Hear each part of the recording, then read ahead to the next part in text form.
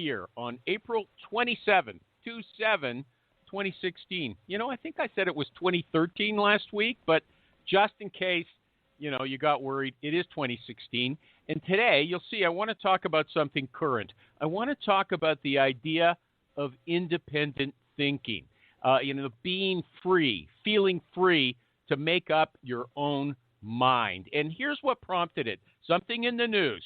There's been rumors that Prince died because he needed 2 hip operations. Both of his hips were in bad shape. He needed an operation, but he wouldn't take it, even though it's a very common and safe operation. And you know why he wouldn't take those operations, according to the rumor? Because he thought that God didn't want him to have a blood transfusion. So he took Percocet instead. Now, that's a very powerful painkiller. And he overdosed on it, and he died. Now, I don't know if that's true, but I just want you to imagine that it is, to establish a principle. And here it is. No normal person would decide on his own to refuse a blood transfusion when he's in terrible pain and he can see that it doesn't hurt millions of other people. Nobody would do it on his own unless somebody told him. That's what had to be. And you know what? This proves, at least to me, that you have to go against your group and your teachers and strike out on your own sometimes. You've got to use your own head. You can't feel obligated to do what other people tell you to do. And I'm going to give you another example, another extreme example. Female genital mutilation is apparently very widespread. Jerry, be quiet.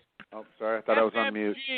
It's very widespread in Egypt. And no normal person who was not brought up in a culture that supports it would say it's good. We here, I know in North America, everybody thinks it's evil. It's evil.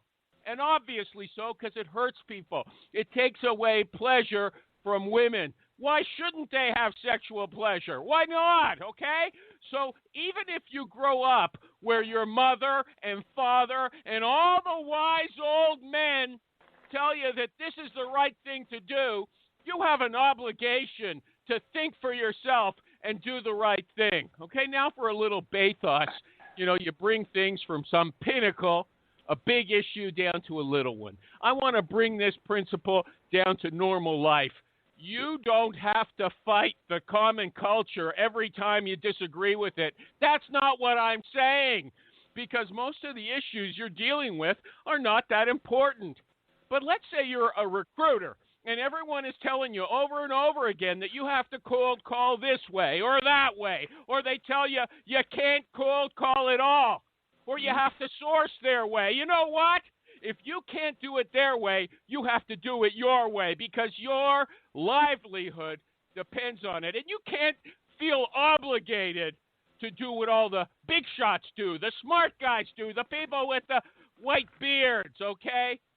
Now, me and the Animal Crew, we're going to tell you what to do, and you better listen on Jerry. Jerry, what show is this? This is the Recruiting Animal Show!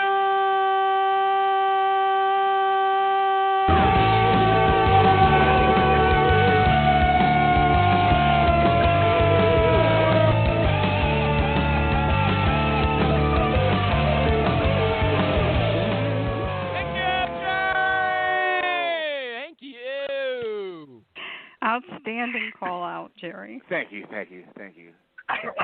Oh, my goodness.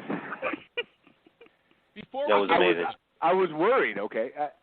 I know you guys don't know what I go through, okay? Getting ready for this every week. But I've been eating some marbled cheddar cheese right up to the I'm talking 15 seconds before I was to go on. And I was kind of freaking, but I held it together, and I can do this. You weren't all on. Yeah. If you don't want to sin, don't put yourself in a sinful situation, okay? I got to tell you, okay. I read, Jerry, just before the show started, I saw Jerry wrote on Facebook, I have never written an in-mail in my life. What does that mean? I've never sent an email. What do you mean, what does that mean? How do you contact people after you find them on LinkedIn? How do you contact people?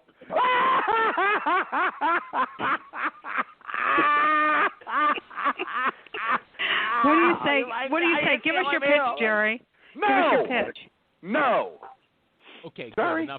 Enough of you. Let's go to Bill Boorman over in Scotland, in Edinburgh, at True Edinburgh. In case you don't know what True stands for, it's the Recruiting Unconference. Bill, are you there? I'm here. How you doing, Animal? Nice to hear from you again, Bill. After such a short time, I like having you around, okay? Okay, Bill, I let you back on the show again because you claimed you gave an intelligent answer to a question. You made a statement. I asked you a question about it. You claim you gave an intelligent answer, but you didn't finish because I'm, so rude and stupid that I interrupted you. So I brought you back just to prove that I'm right and give you a chance to prove that you're right, that you actually know what you're talking about, which I don't believe you do, okay? So here's the question. Bill said that the trend in the employment market is towards short-term employment. As we move into the future, more and more people are going to be working like on contract jobs, limited term things.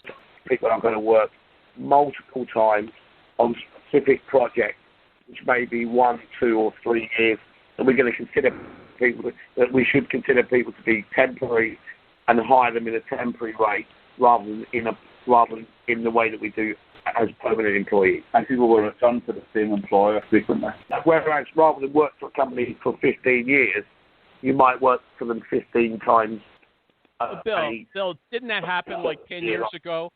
Maybe it's different over there, but 3 years is a permanent job here, okay?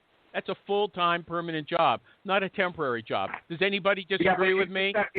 Yeah, but if I could just ask you a question, if that's the case, why do hiring managers still look at people who've had call them job hoppers? Why do we brand companies and advertise in a way of saying this is a place where you're going to work forever?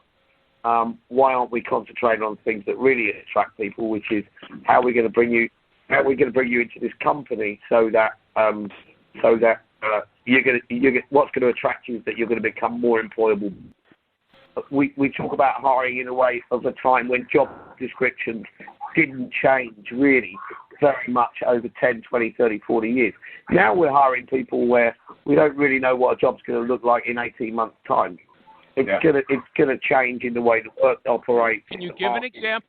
I don't know what goes on in Canada. But listen, I'll tell you what. You think it over. I'm going to do an ad, okay? Because I got a sponsor now. Some software in the recruiting business, it's geared towards staffing. Some software is geared toward direct hire, and some software is for executive search. But there's one recruiting software that embraces every kind of recruiting, and you know what that is? PC Recruiter. Now, PC Recruiter is run by my good friend Martin Snyder in Cleveland. He's the president of a company called Main Sequence Technology. They make PC Recruiter, and if you want to check it out, you can find it at pcrecruiter.com. That's pcrecruiter.com. You know what? They've got over 3,100 clients worldwide. And now let's go back to our good friend Bill Boorman. I got a quick question. What's that? If this show falls apart due to lack of content and or communication, do I still get paid for the whole thing? It depends if Martin is going to pay me. Okay. If Joe speaks, I told him I'll give him. Then I'll try to stick with it as long as I can. But I want Bill to tell us why jobs are allegedly getting shorter. He says he knows, and he can explain it to us. Go ahead. Here's your chance. I won't interrupt. Companies, Katrina Gibbons. Work is going. Okay, I'll let her talk. Work is going to project.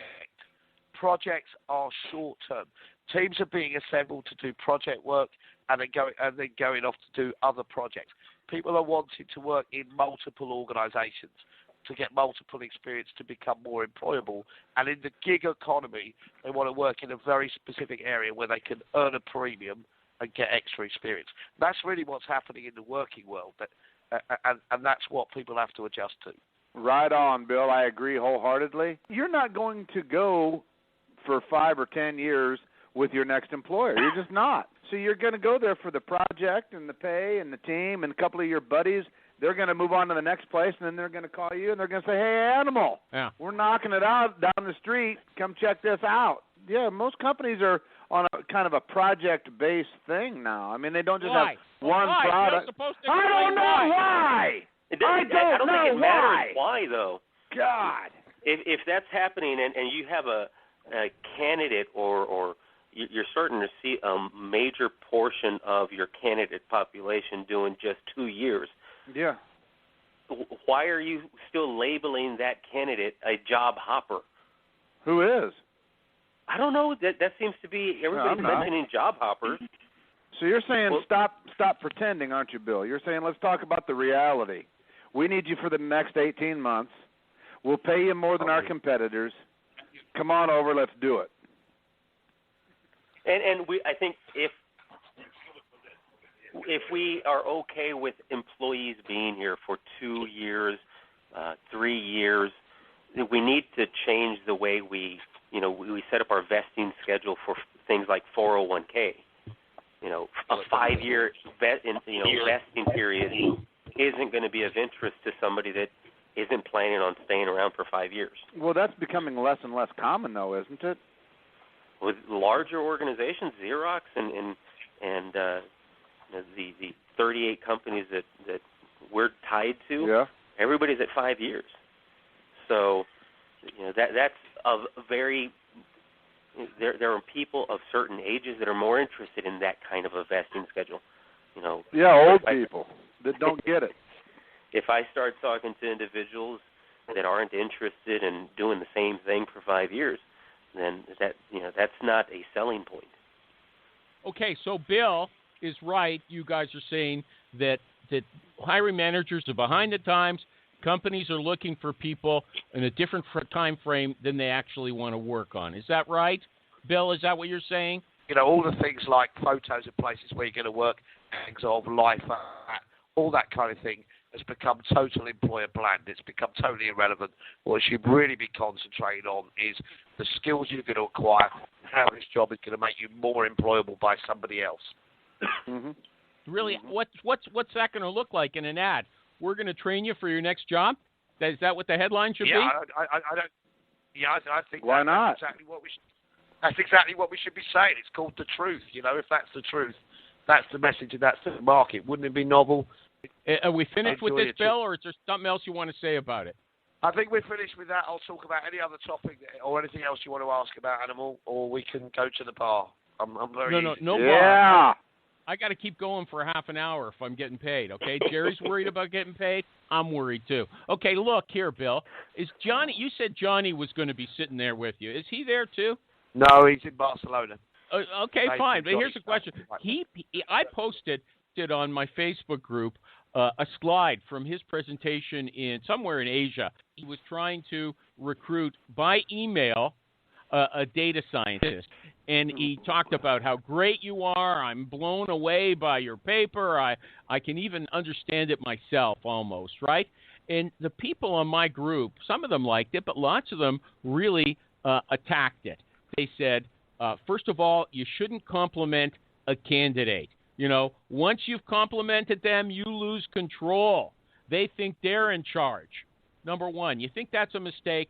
Well, I think they're idiots.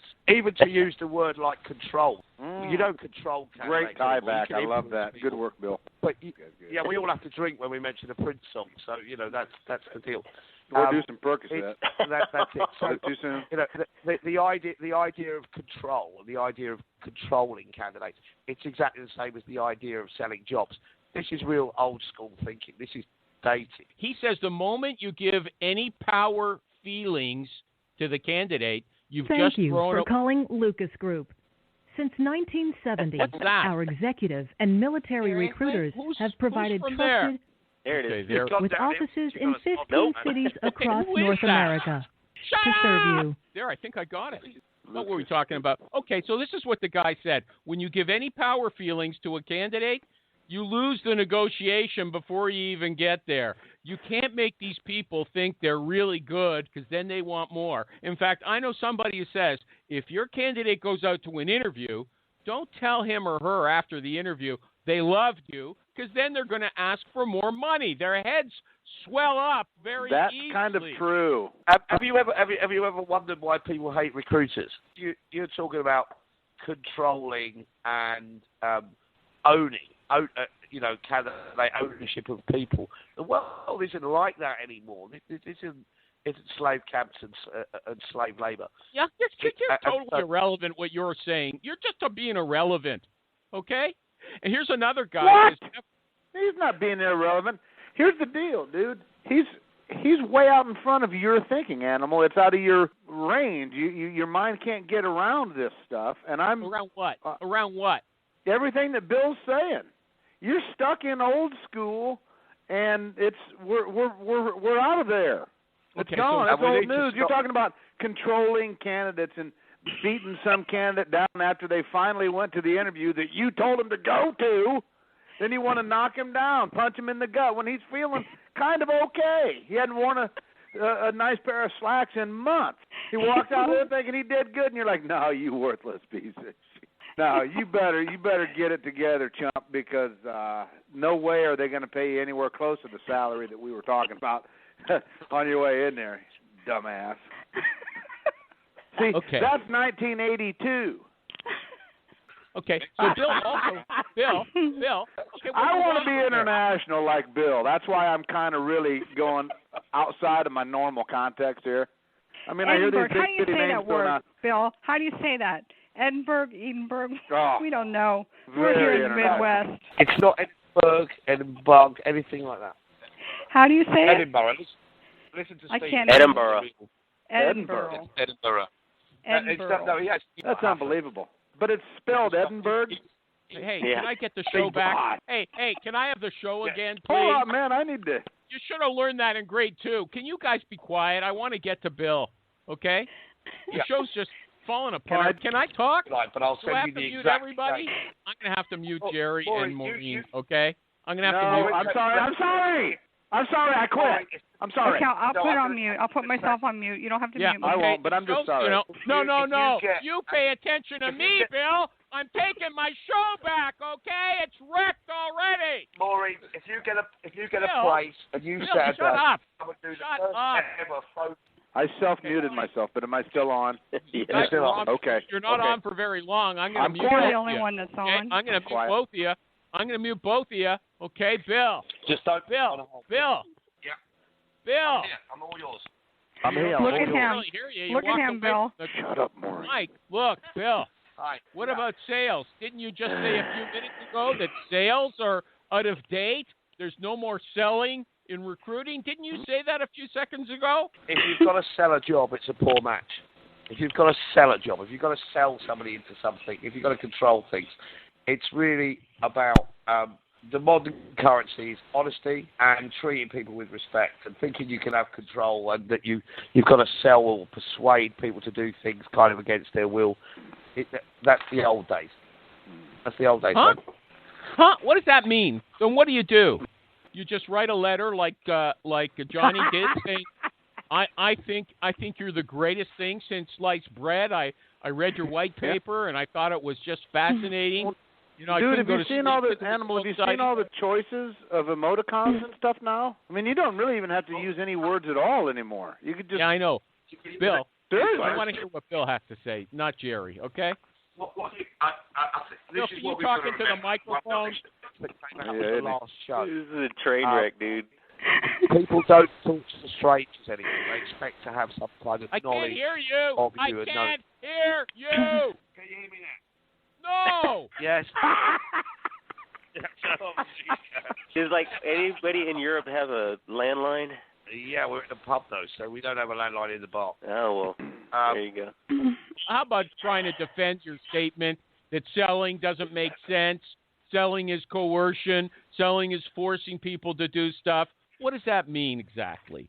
What's the alternative? Influence and already having relationships and just being honest and open with people and just telling people how it is and allowing people to be grown up enough to make their own choices without feeling that you need. What does that mean exactly? Well, call someone up and say, Bill, I'm working on this position, and then shut up? Is that what you're doing? I don't understand. Well, first of all, anyone you're talking to, you're going to have some kind of connection with already. You're going to know something of their history that you can go into. Why?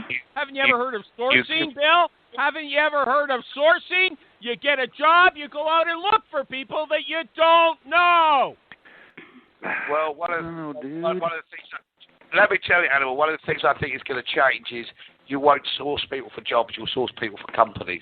I think that'll be quite different. You'll source people into company networks and company communities, not into specific jobs.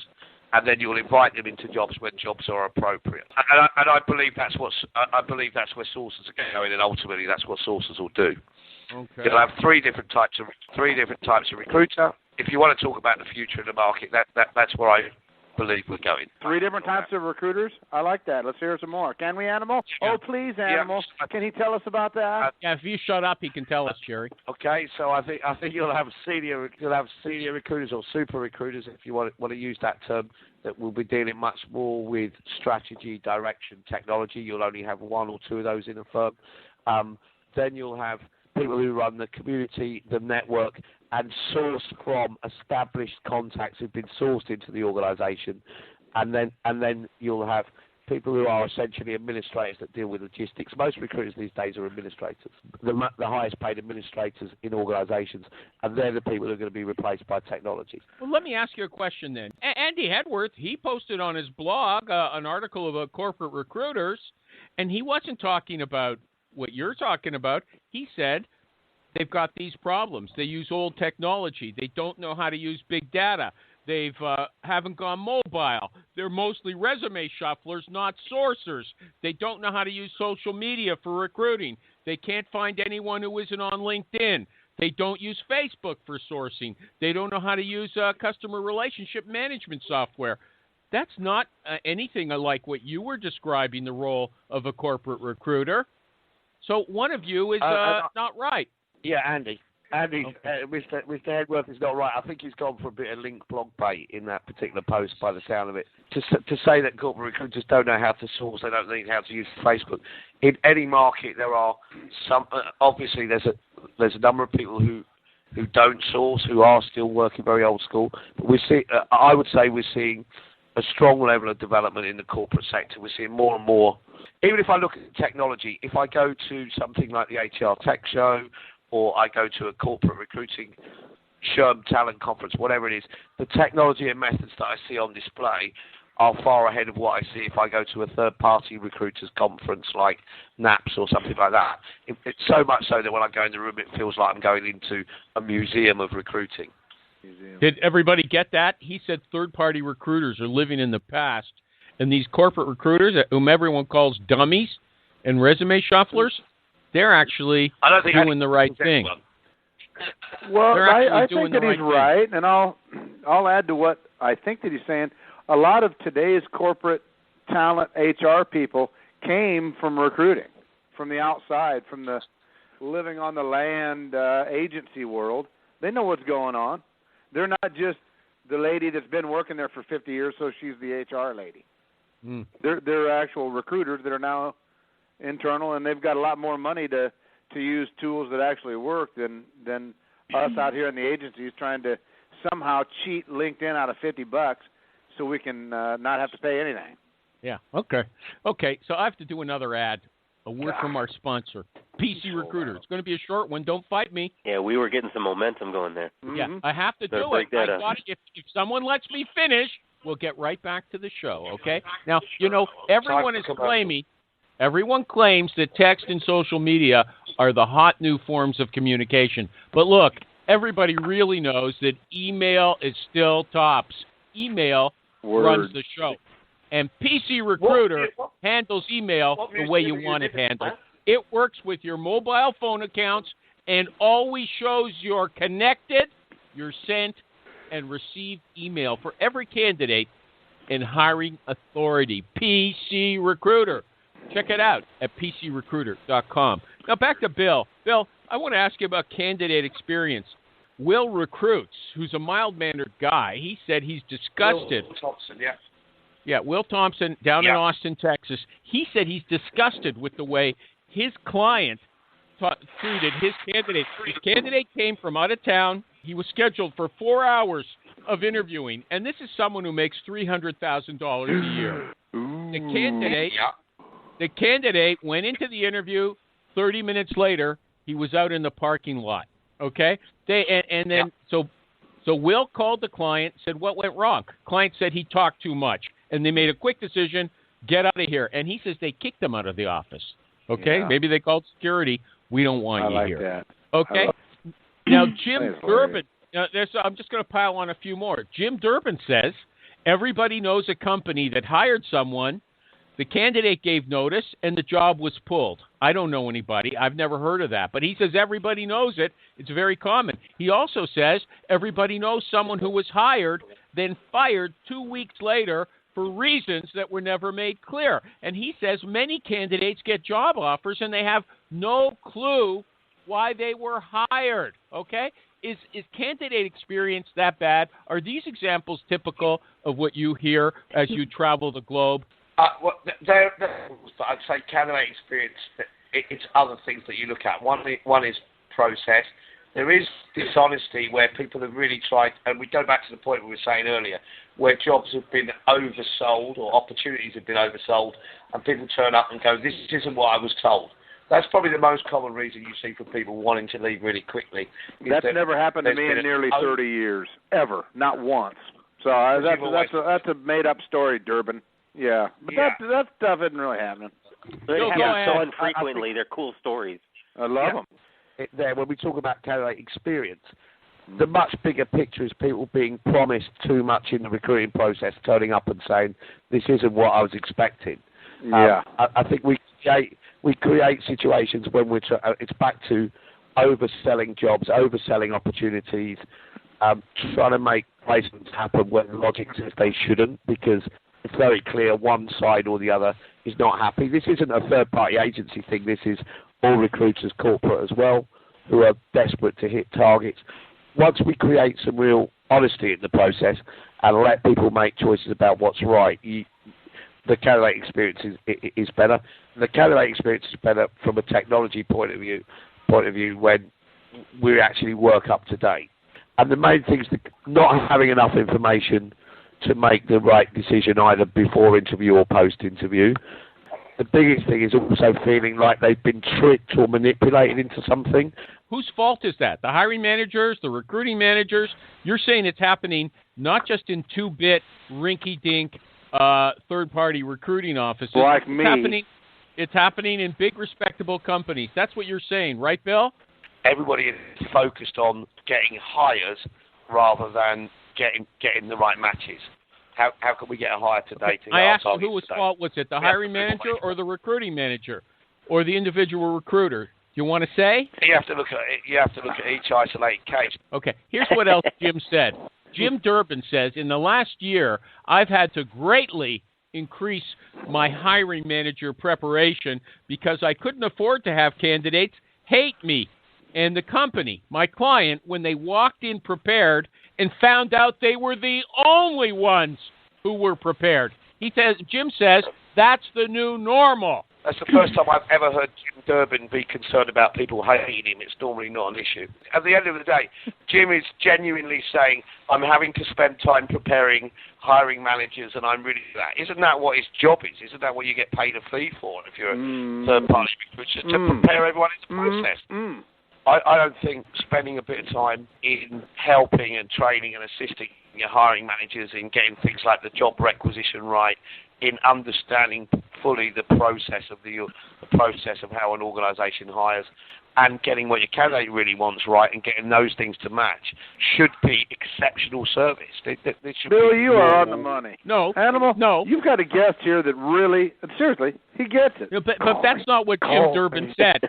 Jim Durbin said these managers are so stupid they don't even prepare themselves for an interview. It's not the job of a third-party recruiter to have to make this idiot get prepared to interview somebody for a position that's important to his organization. You shouldn't be, hand-holding and babysitting these growing adults. For $25,000, I'll hold anybody's hand for a very, very long time. What's happened to the quality of the show when we're talking about Jim Durbin as Yoda?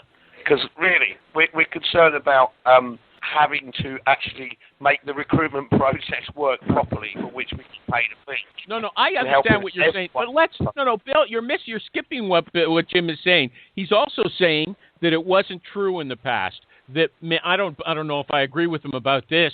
That managers in the past, at least they knew what job they were hiring for. They read the person's resume. They were ready for the interview. We're back to the first topic. This is what's changed. In the past, jobs didn't change very much. A job description was very similar. A job was pretty much the same in an organisation for 10, 20, 30, 40, 50 years. You were hiring for roughly the same people every time you were hiring. Your good friend, Johnny Campbell, he said that high performers are on Facebook all day long, so you have to recruit there. Think about that for a sec. I'm going to do my third ad, and then I'll come back to you. Now, hey, everybody. My sponsor is PC Recruiter, and I want to tell you something, okay? PC Recruiter handles email marketing, so you know what? You can build lists, and you can send hundreds or thousands of emails and manage the resulting activity, like opt-in or opt-out requests with ease. And that includes Canadian opt-in rules, which are very stiff. Now, if you use Microsoft Outlook, PC Recruiter appears directly in your Outlook screen. No more switching back and forth between applications 100 times a day. No ATS or recruiting software has more or better choices for email, SMS, and social than PC Recruiter. If you want to check it out, go to PCRecruiter.com. PC Recruiter, listen to this, has over 3,100 clients worldwide. Now, Bill, did you focus on that question? People being on Facebook. First one is that you're quoting Katrina Collier rather than Johnny Campbell. And the second point I want to make is when we're saying people are on Facebook. Yeah, people are on Facebook, but actually less so. Facebook is becoming less popular. They're more likely to be on invite channels. You're more likely to, so you may be able to identify people on Facebook, but you're more likely to find them in messenger channels, in private groups, or on invite groups. You're going to find the whole social piece is actually dying down now with people being active. Facebook is following the way of Twitter, that people aren't actually live there anymore. They're also posting, they're going in less. The only place you'll be able to reach people in Facebook is things like groups. Things like groups or messenger invite. It's invite-based channels rather than public social channels. So that would be my comment on that. Okay, but this I know Johnny did say. He said 37% of recruiters use Twitter to find candidates. You know what? Rob McIntosh said, yeah, they use it to find them, but the actual results are in the low single digits. What do you think? I know how Johnny conducts his research, and it's reliable because he builds sourcing tools and takes the analytics off the back of that. Now, I think it would be fair to say 37% of recruiters are trying to do something on Twitter. You might be talking about sourcing the data rather than using it as a messaging platform, or you might be talking about using it in advertising. I think to get the real answer to that, we have to go. We'd have to go deeper. What about in Asia? You go to Asia. What about Orkut? Is that still popular there? I heard it was. It is. And do recruiters in Asia recruit on Orkut? I think what we've got to say is when we're talking about do people use things, you use channels that the people are using in any community. And right now, if I was looking at reaching people, I'd be looking much more at channels like WhatsApp and looking at places where can you reach and communicate with people? I definitely wouldn't be looking at his email as a means of communication. Okay. Maybe Maureen wants to talk to you about this. There's a guy on Twitter, a funny guy named Ben Eisenberg.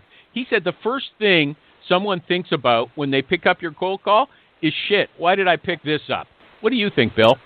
I think, first of all, they're unlikely to pick it up. If you don't recognise the number, you're more likely to wait and see what comes back on voicemail. So there's more and more barriers to make sure you don't pick it up. If I do pick it up immediately, the thought is, shit, why did I pick the phone up to someone who's going to try and sell me something? You hearing this, Maureen?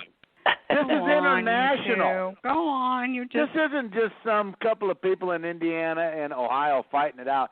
This is an international voice saying, "Hang up the damn phone and get on WhatsApp." Yeah. Go on. Hold on, Maureen. Here's your rejoinder for Jerry. He said he's never written an in-mail in his life. Now, I don't know if I never have. Okay, so either he passes it on to some of his underlings, or I wish I could. So What's wrong with having a well spread out team that can handle nearly everything? What's wrong with that? Yeah. Okay. So how do they get in touch with people, Jerry? I'm not going to. They don't phone them. This is a they secret. don't phone no, them. They do it all. Secret. We do it all.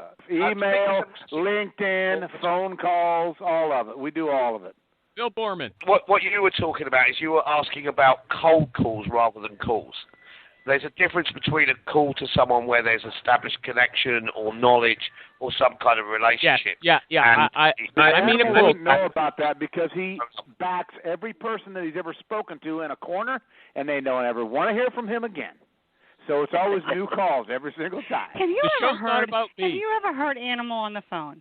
He is smooth as a baby's butt. It's not about me. It's not about me. Wait a minute. It is about you. It's about anybody that's good on the phone. Bill, the last 4 minutes. Anything else that we should talk about that you think we over here don't know? I think it's probably the biggest topic you should be thinking about is how we actually communicate with people in the places where they want to communicate, whether they want to talk, what channels do they want to talk in. I think when you're talking email, you're talking dated. Email is something that people ignore. People don't like spam, and let's just move on and talk about something new. It's been great talking to everyone from True Edinburgh. So, Jerry, always a pleasure. Maureen, always a pleasure. Thank you, Bill. Everyone listening, also okay. Big Jim Durbin, I hope you're not going to take out a hit on me when I come to Texas for calling you Yoda. And I'll speak to you all Watch soon. your back. Okay. Thank you, Bill. Jerry, is there an after show? No, but I'm surprised you didn't get to the sex robots topic. I had that on my list. Not this week. The next one up. Thank you, Bill Boorman. Thank you, everybody. Goodbye.